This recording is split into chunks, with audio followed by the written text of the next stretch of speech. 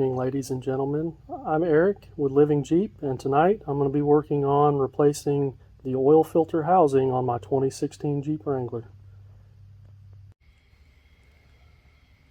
The oil filter housing that I decided to go with is actually manufactured by Dorman. It is all aluminum, so this will help prevent any future cracks and leaks because the plastic ones are notorious for failing. Also in the kit it comes with all of the seals that you'll need for the oil cooler and oil filter housing assembly, as well as your both the upper and lower intake plenum. Let's go ahead and dig in. The first thing that we need to do is remove this cover up here. So get that out of our way. We're going to need to take loose the air filter box. Looks like we've got two bolts right here. You've got a screw here, and there should be some electrical connection down here that we need to take loose. So let me go ahead and do that, and I'll be back with you here in a few minutes. Alright, now that we have that out of the way, we're going to have a couple of vacuum lines that we need to pull up out of the way. We're going to have to disconnect all of our electrical connections over here and all the way around. I don't know if you can see it back here. You've got a bracket that we're going to need to take loose, and we also need to pull this foam piece out.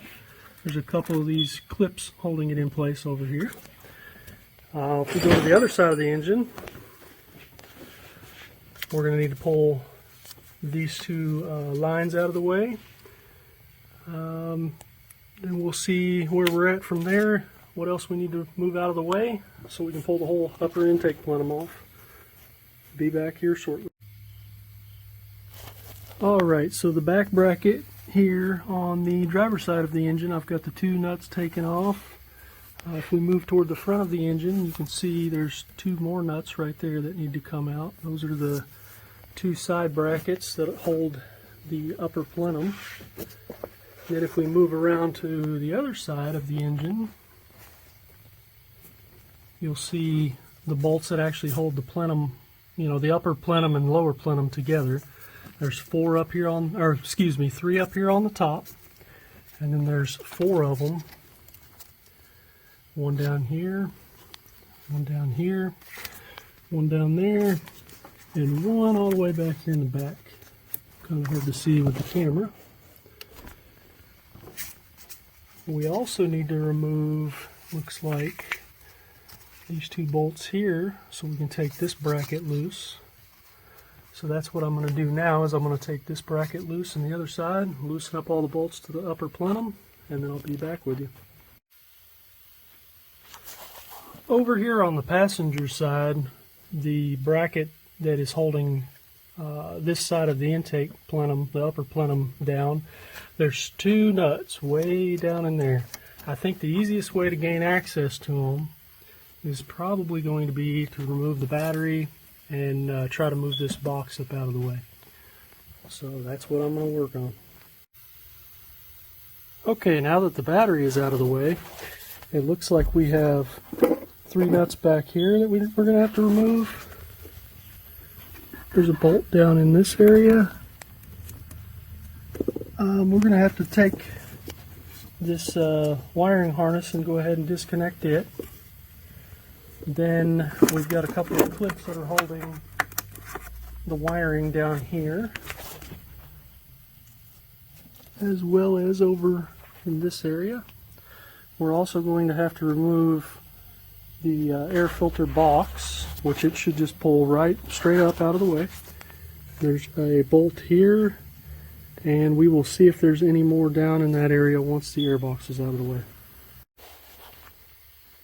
Okay, so I ended up moving the power steering reservoir out of the way just a little bit. There was one more bolt holding this down here. That allowed me to pull it up and out of the way just enough to get to the two nuts down here on the bracket, and I've got those taken loose. I had to take this wiring harness and disconnect it, And now I was able to get in here and actually slide the bracket down and completely out of the way.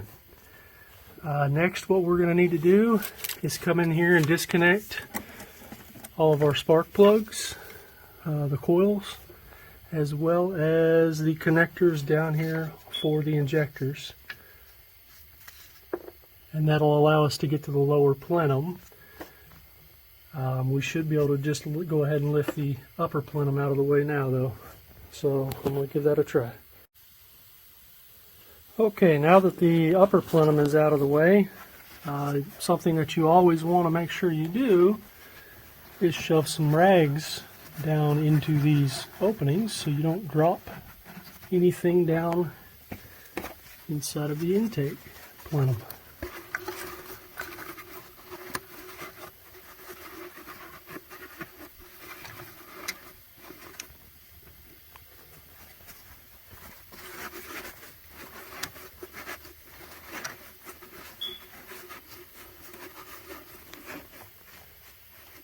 Alright, we also have this foam insulator here that needs to come up and out of the way.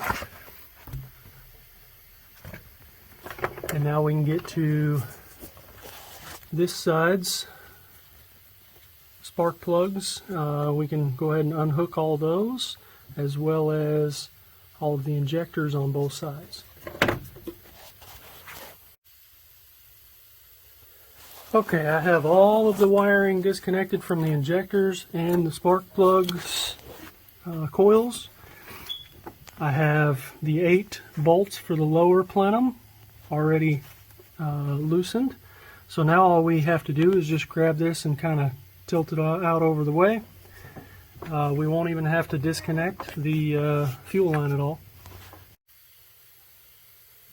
Okay, with the lower plenum pushed up out of the way, I went ahead and I put some shop rags down in all of the intake ports just to ensure that no debris gets down in there. Next thing I'm going to do is go ahead and break out the shop vac, and I'm going to clean up all of this loose debris around here so we can ensure that none of that gets down in the intake. Okay, now that all the debris has been sucked up, it's time to move on to back here. We've got to unplug the temperature sensor and the oil sending unit. There's 5 of these style bolts. They take a E8 socket, and there's 1 coolant hose that's going to have to come loose back here. So I'm going to go ahead and knock that out, and I'll be right back with you. Okay, with those 5 E8 bolts loosened now, we can just pull straight up on it. And you'll see it's going to make a little bit of a mess, but we'll get that all sucked up and cleaned up. This will give us access to the 1 coolant line that needs to come loose. You see right here in the back. So I'm going to go ahead and get that pulled off, get this up out of the way, and I'm going to clean that mess up real good. Alright, I have everything cleaned up and getting ready to pull off the oil cooler, the sensors, and the cap off the old housing, and going to put it on the new one along with all the new gaskets, and we'll start putting that back together. Okay, the new oil filter housing is assembled using some of the old parts. The sensors are both torqued in place at 177 inch-pounds. The oil cooler on top is torqued to 35 inch-pounds. All new seals are put in. I've got a new oil filter in there, ready to get this thing installed. So that's what we're going to do next. The new oil cooler is completely installed with the 5 supplied bolts. The bolts were torqued to 106 inch-pounds. Next, I'm going to be replacing the seals on the lower intake and getting that installed. Alright, all the seals are in the lower intake. I've got all the mating surfaces cleaned up pretty good. Just be sure that you remove all of the rags from the intake ports before setting the lower intake down. With the lower plenum set in place, be sure that you put your rags back in the openings so that no debris falls down in there. Next, I'm going to go ahead and torque the 8 bolts to 106 inch-pounds per the specs. And I'll post up the sequence that you're supposed to torque these bolts down in the video as well.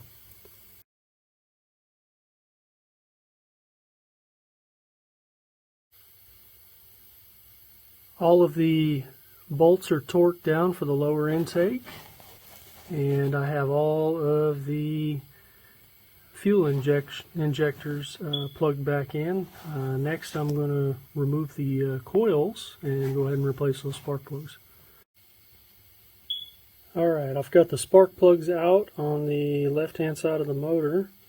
Looks like it had Champions originally, and that's exactly what's going back in it. I'm going to put a little bit of anti-seize on the threads, a little bit of dielectric grease on the end of it, and torque them to 13 foot-pounds. Alright, all the spark plugs have been changed. Coils are all back in place. Wiring is all hooked up for those.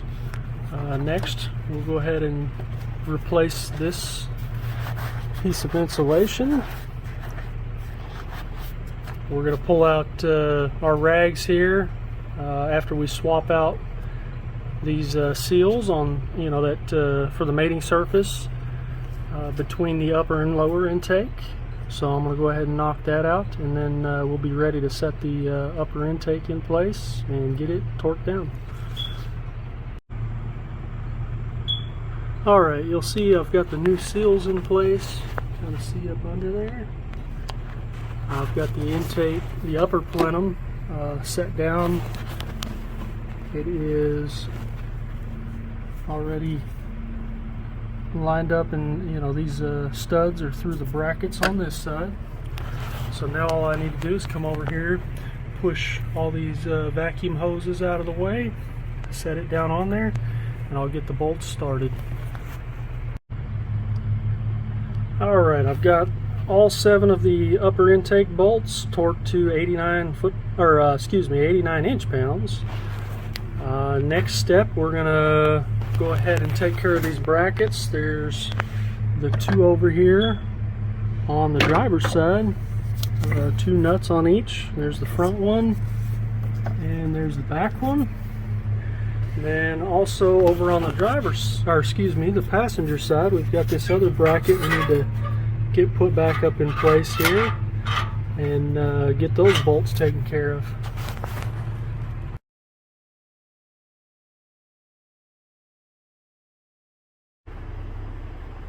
Alright, we've got the brackets all bolted down now. What we've got left now is we've got to get the box that holds the battery bolted back in place, the tip them back in place. We've got this wiring harness right here we need to push down and connect back up. We've got a few vacuum lines. I'm going to move over here real quick and we'll take care of this side of the engine.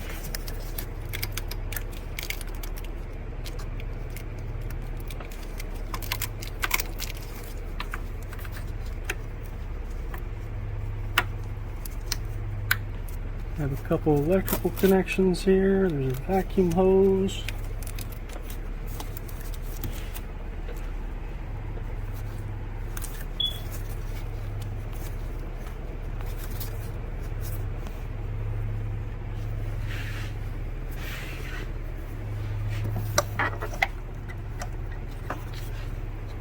The connector on the throttle body. The retaining clip here.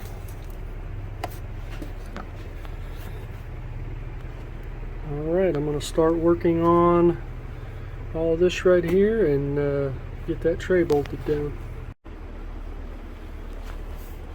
Now we have everything hooked back up. Got the tip them back in, everything's bolted down, all the wiring is clipped where it's supposed to be. The only things we have left now, we need to put the power steering reservoir bolted back.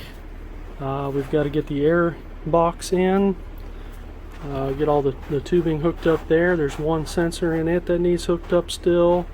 There's a vacuum line, and get the battery in and start it up, and we will ensure there's no leaks and top off any of the fluids. Alright, it's all back together. Got it started up and running right now. Not seeing any leaks at all down here. Kind of hard to see on the camera, but it's dry as can be. So final thoughts, I think that new all aluminum housing is going to be much better than the old one. Won't have anything to worry about as far as leaks, aside from all of the rubber seals over time, but not really a big deal there. So rubber seals are much cheaper than replacing the factory style plastic one. Also, we shouldn't have to worry about any major catastrophic failures caused by that, like some people have seen. So, thanks for watching the video. I feel like Eric did a pretty good job showing you how to replace that oil filter housing.